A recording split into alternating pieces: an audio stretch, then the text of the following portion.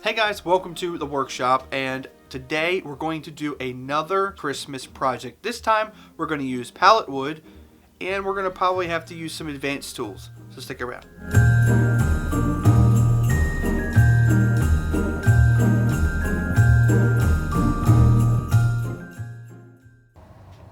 Alright, so for this project I actually decided to use some scrap pallet wood I had laying around. Now these were too wide, so I needed to trim the ends off to get the nails out. I found that just to be the easiest because they're just beat up anyways. And then I needed to cut them down to the actual width using my table saw. Now the width of these boards is completely up to you. I did go for 2.5 inches. You can choose to do whatever dimension you would like, or if you bought pre-cut stuff from the lumber store, you can get 1x4s, which will work perfectly for this. Now for my cut list, what I needed to cut were 4 15-inch ones, 4 14-inch ones, 4 18-inch ones, 4 24-inch ones, and 2 8 3/4 ones. So then we needed to cut an angle, a 30-degree angle, so I set my miter saw to 30 degrees.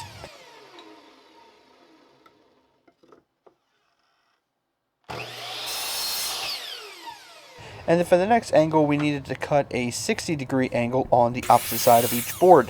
And for this, I actually created a separate tip video that will help you understand what I'm doing here in this shot.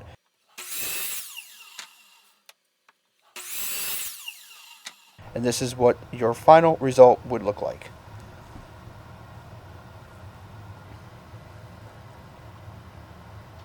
Now that they are all cut, it is time to assemble it. Now, this can be a little bit tricky, and there's several different ways that you can do this, but the way that I did it was starting with the shortest piece first, setting that flush down to the side, and then what you want to do is build it from that point upward. And you want to have them spaced apart enough to where when you put your other board in between them, they'll overlap for you to be able to nail to it.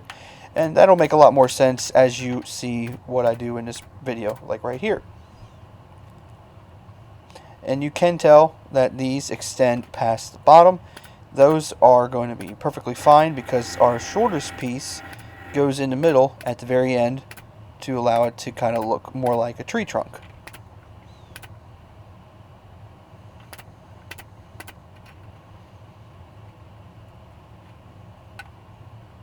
Now my full list is in the description of what each dimension was and what you want to start at the bottom and working your way up to the top is.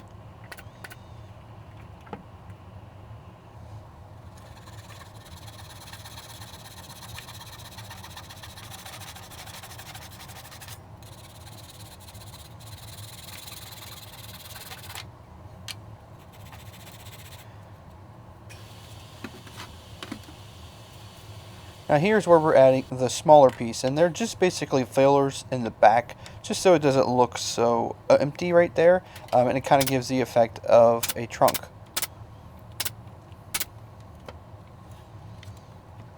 Now once that's all said and done, wanted to give this a quick sand just to knock off some of the little burrs from the cuttings that we did.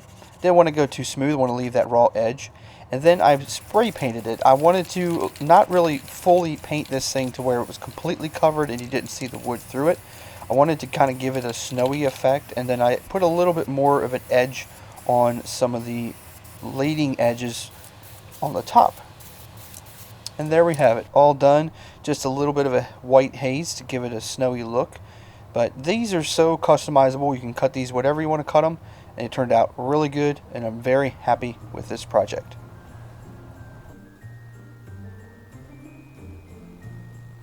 Hey guys, so I really hope that you enjoyed the video, and I really hope that you're able to accomplish and do this in your workshop. It does take some different tools, like the air nailer. You don't really need to use pin nails. Like I said, you can just use clamps and accomplish it the same thing, maybe just in a little bit of a longer time.